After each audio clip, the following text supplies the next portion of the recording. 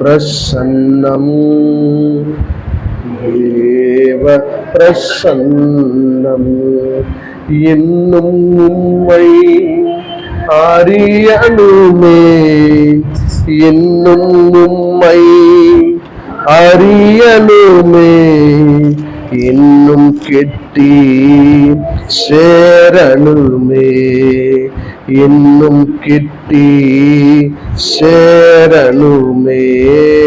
பிரசன்னம் பிரசன்னம் தேவ பிரசன்னம்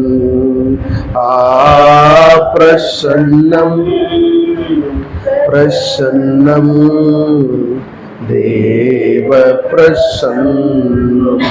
ஆவியானவரே நீர் பேசுங்க, நாங்கள் கேட்கிறோம். இந்த வார்த்தைகள் எங்களுடைய வாழ்க்கைக்கு பிரோஜனம் உள்ளதாக இருக்கும்படிக்கு ஜெபிக்கிறோம். கிரியை செய்வீராக. ஆசீர்வதிங்க. இயேசுவின் நாமத்தினால் ஜெபிக்கிறோம் நல்ல பிதாவே, ஆமென் ஆமென். அல்லேலூயா அல்லேலூயா. கர்த்தர் நல்லவர். கர்த்தர் பெரிய காரியங்களை செய்வாராக. பெரிய மெசேஜ்லாம் இல்லை, ஒரு ஆலோசனையாய் ஒரு 20 நிமிடம் கர்த்தருடைய வார்த்தையை பேசுறேன். கர்த்தர் உங்களை ஆசீர்வதிப்பாராக. எடுத்துக்கொள்ளுங்கள். லூக்கா எழுதின சுவிசேஷம் 16ஆம் அதிகாரத்தை எடுத்துக்கொள்வோம். லூக்கா எழுதின சுவிசேஷம் 16ஆம் அதிகாரத்தை எடுத்துக்கொள்வோம். 19ஆம் வசனம் முதற்கொண்டு 31ஆம் வசனம் வரைக்கும் இரு மனிதருடைய வாழ்க்கை குறித்து வேதம் அழகாய் சொல்லுகிறது. ஒரு ஆமென் சொல்லாமா? எடுத்துக்கொண்டோம் பாருங்க. பக்கம் 108, லூக்கா எழுதின சுவிசேஷம் 16ஆம் அதிகாரம் 19ஆம் வசனம் முதற்கொண்டு 31ஆம் வசனம் வரைக்கும். இந்த பூமியிலே வாழ்ந்த இரு மனிதர்களுடைய வாழ்க்கையை குறித்து இந்த வேதாகம பகுதி மிக அழகாய் சொல்லுகிறது. ஒரு ஆமென் சொல்லாமா? ஒரு மனிதனுடைய வாழ்க்கையை நாம் 3ஆய் பிரிக்க முடியும். ஒரு மனிதன் பிறக்கும் போது அவனுடைய வாழ்க்கை தொடங்குகிறது. ஒரு ஆமென் சொல்லுங்களேன். எப்படியா? ஒரு மனிதன் பிறக்கும் போது அவனுடைய வாழ்க்கை தொடங்குகிறது. அவன் வாழ்கிறான், வளர்கிறான், திருமணம் செய்கிறான், பிள்ளைகளை பெறுகிறான், மீண்டுமா எங்க போறான்? கல்லறைக்கு போறான். மரணம் உண்டாகிறது. ஒரு ஆமென் சொல்லுங்களேன். உலகத்தில் பிறந்த ஒவ்வொரு மனிதனுடைய வாழ்க்கையும் இதுதான். தேவன் நியாயமித்திருக்க வாழ்க்கை மனிதனுக்கு எப்படி இருக்குன்னு பாத்தீங்கன்னா, ஒருவனுக்கு வாழ்வு தொடங்குறது, அதாவது பிறப்பு உண்டாகிறது. அவன் வாழ்கிறான், வளருகிறான், திருமணத்தை செய்கிறான், பிள்ளைகளை பெருக்கிறான், மீண்டுமா எங்க போகிறான்? கல்லறைக்கு போகிறான், மரணிக்கிறான். ஒரு மனிதனுடைய வாழ்க்கை மரணத்திலே முடிவடைகிறது என்று வேதம் சொல்லுகிறது. ஆனால் பரிசுத்த வேதாகமும் கிறிஸ்தவர்களை பார்த்து போதிக்கிற ஒரு காரியம் என்னன்னா, கிறிஸ்தவன் பிறக்கிறான், வாழ்கிறான், மரணிக்கிறான், மீண்டுமாய் பிறக்கிறான், வாழ்க்கை உண்டாகிறது என்று சொல்லப்படுகிறது. உலகத்தான் பிறக்கிறான், மரிக்கிறான், அவன் வாழ்க்கை முடிந்து போகிறது. ஆனால் ரட்சிக்கப்பட்ட நமக்கோ, தேவனுடைய நாமத்தினால் ஞானஸ்தானம் எடுக்கப்பட்டிருக்கிற நமக்கு எப்படி இருக்கிறதா? நாம் பிறக்கிறோம், ரட்சிக்கப்பட்டு தேவனுடைய நாமத்தினால் ஞானஸ்தானம் எடுத்து நீதிமானாக்கப்படுகிறோம், வாழ்கிறோம், காலம் வரும்போது மரிக்கிறோம், மரித்த பிறகு ஒரு வாழ்க்கை இருக்கிறது. ஒரு ஆமென் சொல்லலாமா? அதை தான் இந்த வார்த்தை மிக மிக அழகாய் சொல்லுகிறது. கிறிஸ்தவர்களாகிய நமக்கு மரித்த பிறகு ஒரு வாழ்க்கை இருக்கிறது என்பதை ஒரு நாளும் மறந்து போக கூடாது. ஒரு ஆமென் சொல்லுங்களேன். உலகத்தானுக்கு எப்படி என்று தெரியாது. உலகத்தானுடைய பார்வையெல்லாம் ஒரு ஜீவன் கொடுக்கப்பட்டிருக்கிறது, ஒரு வாழ்க்கை கொடுக்கப்பட்டிருக்கிறது. இந்த பூமியில நான் சுகபோகமாய் சம்பீரணமாய் வாழ வேண்டும், நான் என் கண் தோன்றினவையெல்லாம் செய்ய வேண்டும், இருதயத்தில் தோன்றவையெல்லாம் செய்ய வேண்டும், எனக்கு தந்த இந்த வாழ்க்கையை நான் அனுபவித்து சாக வேண்டும் என்று வாழ்ந்து கொண்டிருக்கிறான். ஒரு ஆமென் சொல்லமா? ஆனால் கிறிஸ்தவர்களாகிய நமக்கு, ரட்சிக்கப்பட்டிருக்கிற நமக்கு அப்படி அல்ல. ஒரு ஆமென் சொல்லுங்களேன். மரித்த பிறகு ஒரு வாழ்க்கை இருக்கிறது என்பதை ஒரு நாளும் மறந்துட கூடாது. ஒரு ஆமென் சொல்லுங்களேன். ஒரு ஆமென் சொல்லுங்களேன். மரித்த பிறகு நமக்கு ஒரு வாழ்க்கை இருக்கிறது. ஒரு ஆமென். கர்த்தர் நல்லவர். இந்த செய்தியினுடைய தலைப்பு என்னன்னு பார்த்தீங்கன்னா, ஒருவன் தேற்றப்படுகிறான், ஒருவன் வேதனைப்படுகிறான். ஒரு ஆமென் சொல்லுங்களேன். ஒருவன் தேற்றப்படுகிறான், ஒருவன் வேதனைப்படுகிறான். இந்த வார்த்தை முழுக்க நீங்க படிச்சீங்கன்னா தெரியும், மனிதனுடைய மரணத்துக்கு பிற்பாடு நடக்கிற காரியங்களை குறித்து தான் வாழ்க்கை போடப்பட்டிருக்கிறது. ஒரு ஆமென் சொல்லாமா? கர்த்தர் நல்லவர். 19ஆம் வசனத்தை வாசிக்கலாம். ஐஸ்வர்யமுள்ள ஒரு மனுஷன் இருந்தான். அவன் ரத்தாம்பாரமும் வஸ்திரமும் தரித்து அனுதினமும் சம்பிரணமாய் வாழ்ந்து கொண்டிருந்தான். லாசர் என்னும் பேர் கொண்ட ஒரு தரித்திரம் இருந்தான். நிறைந்தவனாய் ஒரு ஆமென் சொல்லாமா. ஐஸ்வர்யமுள்ள ஒரு மனுஷன் இருந்தாலும் அதே பகுதியில அவனுடைய வீட்டு வாசல் அருகே தரித்திரன் உள்ள லாசர் என்ற ஒரு மனிதன் இருந்தான். கர்த்தருடைய வார்த்தை சொல்லுகிறது. ஆமென் சொல்லாமா. அந்த ஐஸ்வர்யனாய் குறித்து போடப்பட்டு இருக்கிறது. அவன் ரத்தாம்பாரமும் விலையேற பெற்ற வஸ்திரமும் தரித்து அனுதினமும் சம்பிரணமாய் வாழ்ந்து கொண்டிருந்தான். எப்படி இருந்தானா? ரத்தாம்பரத்தை போட்டுக்கொண்டு விலையேற பெற்ற வஸ்திரங்களை போட்டுக்கொண்டு அனுதினமும் சம்பரணமாய் வாழ்ந்து கொண்டிருந்தார் என்று சொல்லப்படுகிறது. அவனுடைய வாழ்க்கையை மிகப்படுத்தி இந்த வசனம் சொல்லுகிறது. அவனுடைய உடைகளை மிகப்படுத்தி வசனம் சொல்லுகிறது. அவனுடைய அனுதின ஆகாரத்தை மிகப்படுத்தி வசனம் சொல்லுகிறது. ஒரு ஆமென் சொல்லாமா. அப்படி என்று சொன்னால் அவன் எவ்வளவு பெரிய கோட்டீஸ்வரனா இருந்திருக்கணும். கொஞ்சம் யோசித்து பாருங்களேன். அவன் அனுதினமும் சம்பூரணமாய் வாழ்ந்து கொண்டிருந்தானா. அவருடைய வீட்டு வாசல் அருகே தரித்திரனும் ஆமென் சொல்லுங்கள ஒன்றுமே இல்லாத ஒரு லாசர் வாழ்ந்து கொண்டிருக்கிறான். அவனை குறித்து வார்த்தை அவ்வளவு மிகப்படுத்தி சொல்லுகிறது. லாசரை குறித்து வேதாகமம் ஒரே ஒரு வரியில முடிக்கிறது. அவன் தரித்திரன். ஆமென் சொல்லாமா. எப்படியா? அவன் தரித்திரன். தரித்திரன் ஐஸ்வரனுடைய வீட்டு வாசல் அருகே இருந்தான் என்று கர்த்தருடைய வார்த்தை சொல்லுகிறது. இந்த ரெண்டு பேரது ஊமை. ஆனாலும் ஐஸ்வர்ய வாழ்க்கை குறித்தும் லாசருடைய குடும்பத்தை குறித்தும் ஐஸ்வர்யாவின் குடும்பத்தை குறித்து வேதம் பேசவே இல்லை. ஒரு ஆமென் சொல்லாமா. ஐஸ்வர்யாவுக்கு திருமணமானதா, லாசருக்கு திருமணமானதா, அல்லது அவர்களுக்கு பிள்ளைகள் இருந்ததா, அவர்களுக்கு எப்படி இருந்தார்கள் என்று வேதம் சொல்லவில்லை. ஆனால் இந்த வசனம் மிக தெளிவாய் சொல்லுகிறது. ஒரு தனிப்பட்ட மனிதனை குறித்து மிகவும் தெளிவாய் இந்த வசனம் பேசுகிறது. ஒரு ஆமென் சொல்லாமா.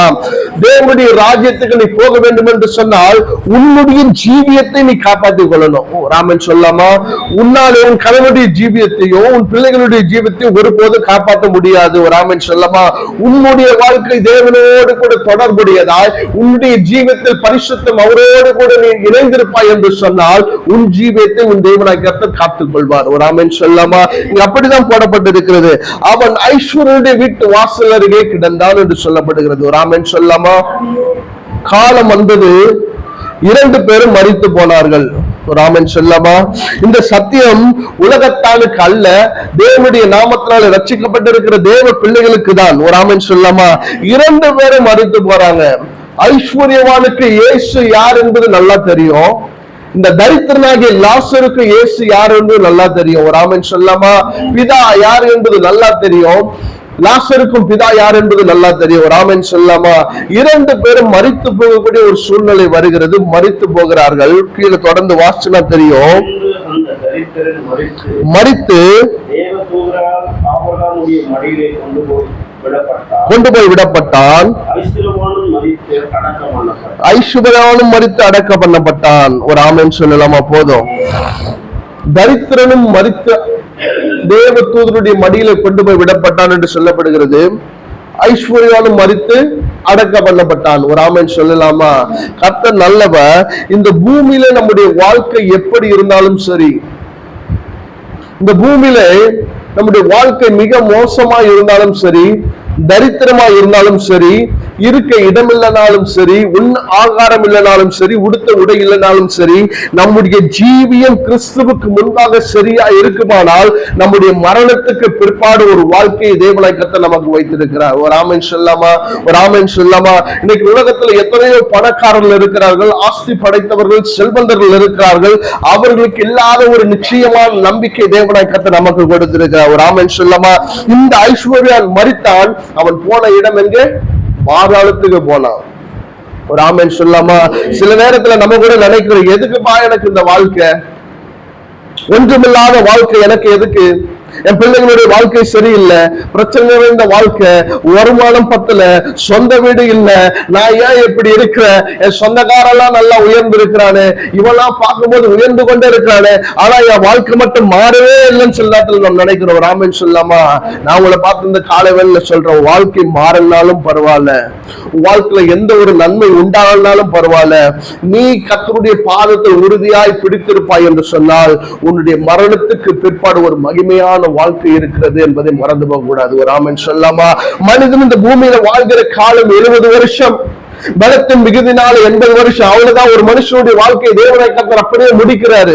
ஒரு ஆமென் சொல்லுங்களேன். பலத்தின் மிகுதி 80 அல்லது 90 100 கூட வச்சுங்களேன். ஒரு மனிதனுடைய வாழ்க்கை 100 வயசுல முடிஞ்சு போயிடும் இந்த உலகத்துல. ஆனாலும் நீங்கள் பார்க்காத அந்த மகிமையான வாழ்க்கையில நித்திய நித்தியமாய் யுக யுகமாய் கர்த்தரோடு கூட உறவாடுகிற ஒரு வாழ்க்கை இருக்கிறது என்பதை ஒரு கிறிஸ்தவன் ஒரு நாளும் மறந்து போக கூடாது. ஒரு ஆமென் சொல்லுங்களேன். ஆமென். இந்த பூமியில எப்படி வாழ்கிறாய் என்பது முக்கியம் அல்ல. இவன் தரித்திரன், ஒரு ஆமென் சொல்லாமா? அவனுடைய மேஜையில் இருந்து விழுகிற ஆகாரத்தை பொறுக்கி தின்றான் என்று கர்த்தருடைய வார்த்தை சொல்லுகிறது. ஒரு ஆமென் சொல்லாமா? எப்படியா? ஐஸ்வர்யனுடைய மேஜையிலிருந்து டேபிள்ல இருந்து விழுகிற ஆகாரத்தை பொறுக்கி பொறுக்கி தின்று தன்னுடைய பசி ஆற்றினவன். ஆனால் இப்பொழுது எங்க இருக்கிறான்? ஆபிரகாமுடைய மடியில் அமர்ந்து கொண்டிருக்கிறான். தேவஜனமே, கர்த்தருடைய பிள்ளை, இந்த காலை யாராவது ஆண்டவர் உங்களை பார்த்து சொல்லுகிறார், உன் வாழ்க்கை எப்பேற்பட்டதா இருந்தாலும், உன் நிலைமை எப்பேற்பட்டதா இருந்தாலும், தேவனோடு கூட இருக்கிற உறவில ஒரு நாளும் விட்டு விலகிடாதீங்க. ஒரு ஆமென் சொல்லாமா? ஏன்னா இந்த பூமியில வாழ போறது 80 வருஷம் இல்லது 100 வருஷம், அதற்கப்புறம் ஒரு வாழ்க்கை இருக்கிறது பாருங்க, அது நித்திய நித்திய நித்திய காலமானது. ஒரு ஆமென் சொல்லாமா? பாதாளத்திலும் ஒரு மனிதன் போவான் என்று சொன்னால் நித்திய நித்தியமான வேதனை, அழுகையும் பற்கடிப்பும் நிறைந்த இடத்திலே அவன் நித்திய நித்தியமாய் சொல்லவே முடியாது. காலமே இல்ல, வார்த்தை இல்ல. ஒரு ஆமென் சொல்லாமா? அவனுடைய வாழ்க்கை அங்கேயே முடிந்து போய்விடும். ஒரு ஆமென் சொல்லாமா? ஆண்டவருடைய பிள்ளைகளுக்கு உங்களை பார்த்து சொல்ற, தேவனாகிய கர்த்தர் நமக்கு நியாயத்திருக்கிற அந்த வாழ்க்கையை ஒருபோது நம்ம விட்டுவிட கூடாது. ஒரு ஆமென் சொல்லுங்களாமா? ஒரு ஆமென் சொல்லலாமா? இந்த பூமியில நீங்க எப்படி ஒண்ணா இருங்க, நீ தரித்திரமா இருப்பது தேவனுடைய சித்தமா இருப்புன்னா நீ தரித்திரமா வாழு. நீ ஒன்றுமில்லாமல் இருப்பது கர்த்தருடைய சித்தம்னா நீ ஒன்றுமில்லாமல் இரு. அல்லது வியாதியா இந்த பூமியை நீ மறிக்க வேண்டும் என்பது கர்த்தருடைய சித்தம்னா நீ வியாதியா மறித்திரு. ஏன்னா உனக்கு நித்தியமான ஒரு வாழ்க்கையை தேவனாய் கர்த்தர் வைத்திருக்கிறார். அந்த வாழ்க்கையில ஏன்பா எனக்கு இந்த வேதனை, ஏன்பா எனக்கு வாழ்க்கை இப்படி இருக்கிறது? சில பேர் தேவனையை தூசிக்க ஆரம்பிச்சிருவாங்க. ஒரு ஆமென் சொல்லாமா? யோபுடைய மனைவி போல. ஒரு ஆமென் சொல்லாமா? யோபை குறித்து நாம் நன்றாய் அறிந்திருக்கிறோம். கிழக்கத்தி புத்திரில் ஒரு பெரிய மனுஷன். ஒரு ஆமென் சொல்லாமா? ஏராளமான ஆடுகள், மாடுகள், வேலைக்காரர்கள், 7 குமாரர்கள், 3 குமாரர்கள் என்று சொல்லி பெரிய ஒரு ஐஸ்வர்யவான். ஒரு ஆமென் சொல்லலாமா? ஒருவன் திடீர்னு ஓடி வருகிறான் யோபு கிட்ட, ஐயா உங்க ஆடு எல்லாம் செத்து போச்சு, ஐயா உங்க மாடு எல்லாம் செத்து போச்சு, உங்கள் 10 அதாவது பிள்ளைகளும் செத்து போனார்கள் என்று சொல்கிறான். ஒரு ஆமென் சொல்லலாமா? ஒரே நாள்ல காலையில் தொடங்கி சாயங்காலத்துக்குள்ள அவருடைய ஆஸ்தி, வேலைக்காரர்கள், சொத்துகள், சம்பத்து, பிள்ளைகள் என்று சொல்லி எல்லாமே அழிஞ்சு போயிடுச்சு. ஒரு ஆமென் சொல்லாமா? அவருடைய மனைவி வரா இப்போ யோபு கிட்ட, என்ன சொல்றான்? தேவனை தூசித்து ஜீவனை விடு. ஒரு ஆமென் சொல்லாமா? தேவனை தூசித்து ஜீவனை விட்டு தொலை அப்படின்னு சொல்றான். செத்து போ. ஒரு ஆமென் சொல்லாமா? ஆனால் யோபு கிறிஸ்துக்குள்ள இருந்தபடினா சொல்லுகிறான், தேவனிடத்தில் நன்மை பெற்று நாமோ தீமையை அனுபவிக்க வேண்டாமா? ஒரு ஆமென் சொல்லாமா? இதுதாங்க வைராக்கியம், இதுதான் விசுவாசம். தேவன் எனக்கு கொடுத்தார், கர்த்தர் என்னை விட்டு எல்லாவற்றையும் எடுத்தார், கர்த்தருடைய நாமத்துக்கு ஸ்தோத்திரம். ஒரு ஆமென். இந்த விசுவாசம் நமக்குள்ள இருக்குதா? இந்த விசுவாசம் நமக்குள்ள இருக்கும் என்று சொன்னால் நிச்சயமாய் அந்த மகிமைக்குள்ளே ஆபிரகாமுடைய மடியில நம்ம அமருவோம். ஒரு ஆமென் சொல்லாமா? ஒரு ஆமென் சொல்லாமா? சத்துரு சில நேரத்துல நம்ம வஞ்சிக்கிறவனா இருக்கிறான். யோபுடைய மனைவியை வஞ்சித்தது போல சில நேரத்தில் நம்முடைய இருதயத்தில் பேசுவான், ஏன்பா எனக்கு இந்த வாழ்க்கை, ஏன் எனக்கு இந்த போராட்டம்? தேவனை தூசித்து ஜீவனை விடு, தேவனை தூசி, தேவனை பின்பற்றாத, சபைக்கு வராத சில மனிதர்கள் பாருங்க, 2 வாரம் வருவாங்க, 3 வாரம் வருவாங்க, அதுக்கப்புறம் எனக்கு வாழ்க்கையில நன்மையே நடக்கல, கர்த்தருடைய வாழ்க்கையில நன்மையே செய்யல என்று சொல்லி தேவனை விட்டு பின்மாற்றமாய் போய் விடுவார்கள். ஒரு ஆமென் சொல்லாமா? ஒரு ஆமென் சொல்லாமா? தேவ ஜனமே, நீ கர்த்தருடைய சமூகத்திலே நாட்டப்பட்டவனாய், உண்மை உள்ளவனாய், உறுதி உள்ளவனாய் நிற்கும் போது இந்த பூமியில நீ தரித்திரம் உள்ளவனாய் இருந்தாலும் பரவாயில்ல, உன்னுடைய மரணத்துக்கு பிற்பாடு மகிமையான ஒரு வாழ்க்கை நித்திய நித்தியமாய் யுக யுகமாய் கர்த்தரோடு கூட இருக்கிறது என்பதை மறந்துடாத. ஒரு ஆமென் சொல்லாமா? ஒரு ஆமென் சொல்லாமா? இந்த பூமியில நம்ம எத்தனை வருஷம் வாழ போறோம் சொல்ல முடியாது. 50 வயசுல கூட போயிடுறாங்க. கீர்த்தனாவுடைய மாமா 55 வயசு. ஒரு ஆமேன் சொல்லமா. நல்லா இருந்த மனுஷன். ஒரு ஆமேன். நைட்டு 7 மணிக்கு ஸ்டார்ட் ஆச்சு, மறுநாள் மதியானம் 12 மணிக்கெல்லாம் ஜீவன் போயிடுச்சு. ஒரு ஆமேன் சொல்லாமா. மனுஷனுடைய வாழ்க்கை அப்படி இருக்கிறது. நல்லா இருந்த மனுஷன் மரணத்துக்கு பிற்பாடு நம்முடைய வாழ்க்கை தரித்திரமானவனாய் அல்ல, ஒன்றுமில்லாதவனாய் அல்ல, அதாவது எப்படி சொல்லுகிறது, மகிமை உள்ள ஒரு வாழ்க்கையை தேவனாய் கர்த்தர் நமக்கு வைத்திருக்கிறார். இந்த பூமியில உன்னுடைய நிலைமை எப்படி இருக்கிறது என்பதை வைத்து நீ அங்க வாழ போகிறது அல்ல.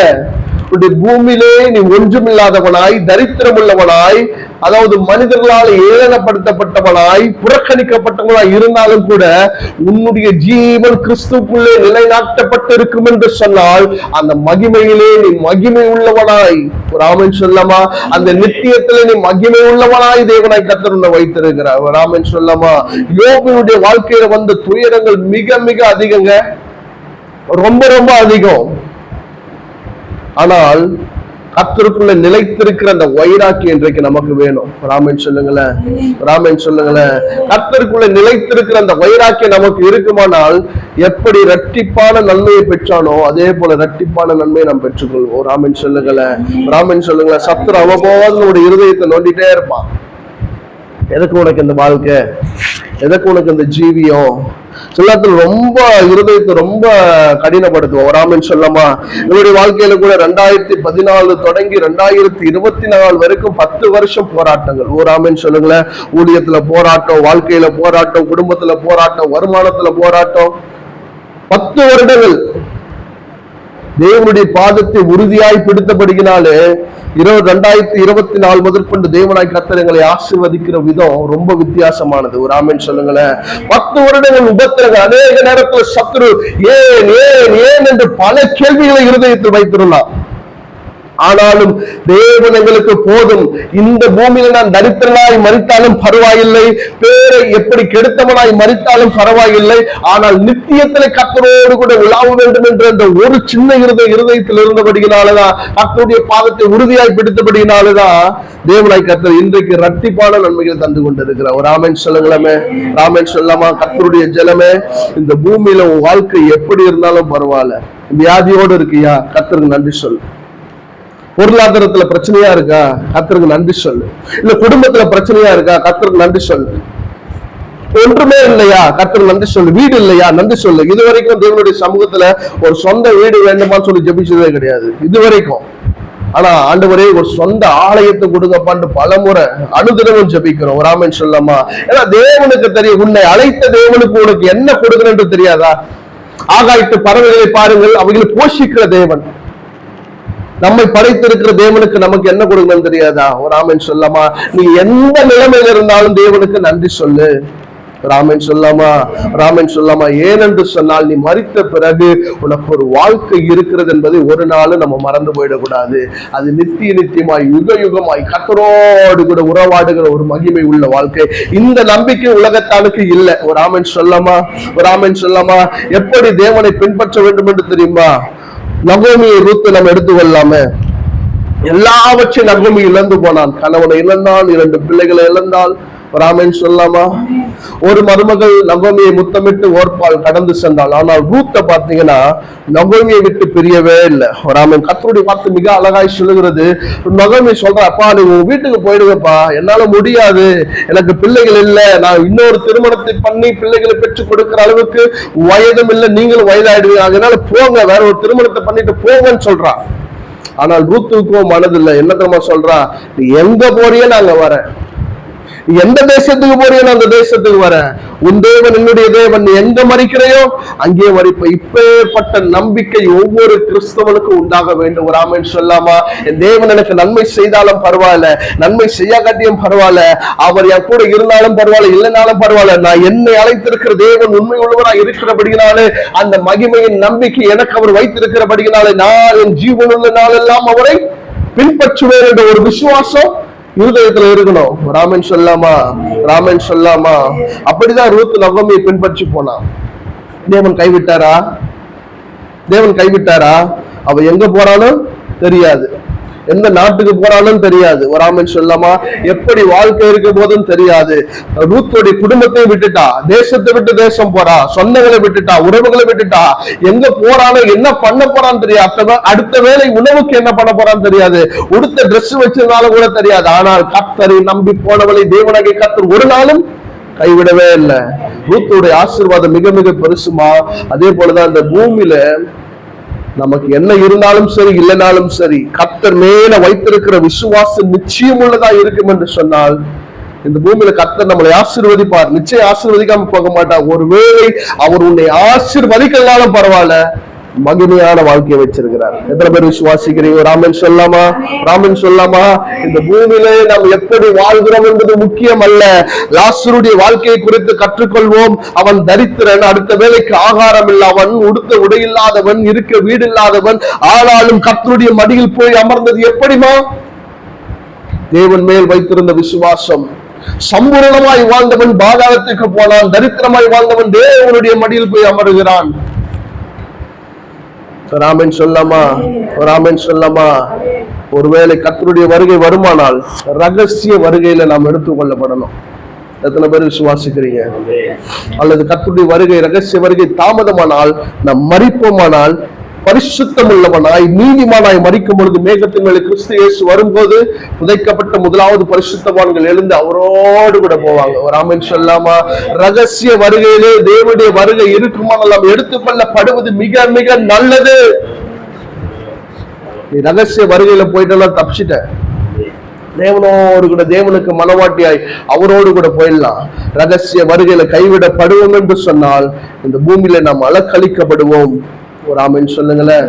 ராமன் சொல்லுமா? தேவ பிள்ளையே, கர்த்தருடைய சமூகத்துல இருதயத்தை தாழ்த்தி தேவனாய் கர்த்தர் ரூத்துவை கைவிடவே இல்லைம்மா. அதே போல நாம் தேவனை பின்பற்றுவோம் என்று சொன்னால், ஒரு தேசத்தை விட்டு மறு தேசத்துக்கு கொண்டு வந்து எப்படி ஆசீர்வதித்தாரோ அதே போல இந்த பூமியிலிருந்து உன்னை வேர்பிரித்தெடுத்து அந்த மகிமை வைத்து அவர் உன்னை ஆசீர்வதிக்கிற விதம் மிக மிக ஆச்சரியமானது.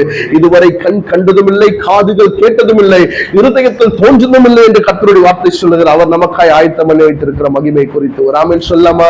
ராமன் சொல்லாமா? கண்களை மூடுவ தேவ சமூகத்துல. கர்த்தர் நல்லவர். ஆண்டவரை பார்த்து, ஆண்டவரே என் வாழ்க்கை இந்த பூமியில எப்படி இருந்தாலும் பரவாயில்லன்னு சொல்லுங்க அப்பா.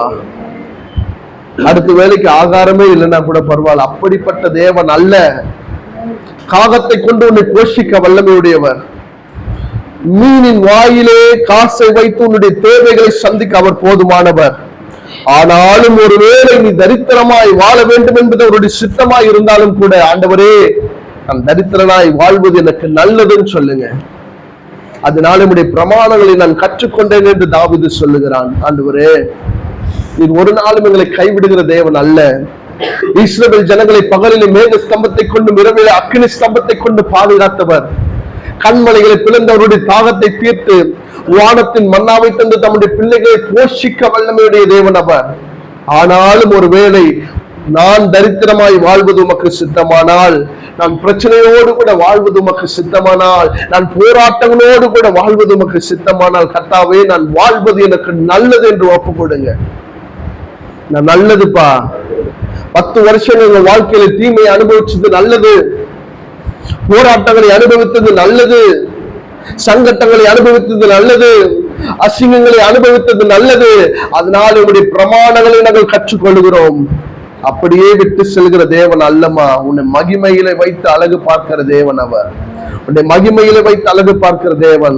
ஒரு வார்த்தை சொல்லலாம், ஆண்டவரே இந்த பூமியில நான் எப்படி வாழ்ந்தாலும் பரவாயில்லப்பா, ஆனா நான் மரிக்கும் போது உங்களுடைய சமூகத்துல நான் விழிக்க வேண்டும் சொல்லுங்க. ஆண்டவரே, என் ஜீவன் இந்த பூமியில போகும் என்று சொன்னால், ஆண்டவர் எப்படி லாசரு அவருடைய மடியில அமர்ந்து கொண்டிருந்தானோ அதுபோல நம்முடைய மடியிலே அமரத்தக்கதான கிருபையின் மகிமையை தேவனாகிய கர்த்தர் நீங்களுக்கு தரும்படிக்கு நாங்கள் செபிக்கிறோம்ப்பா.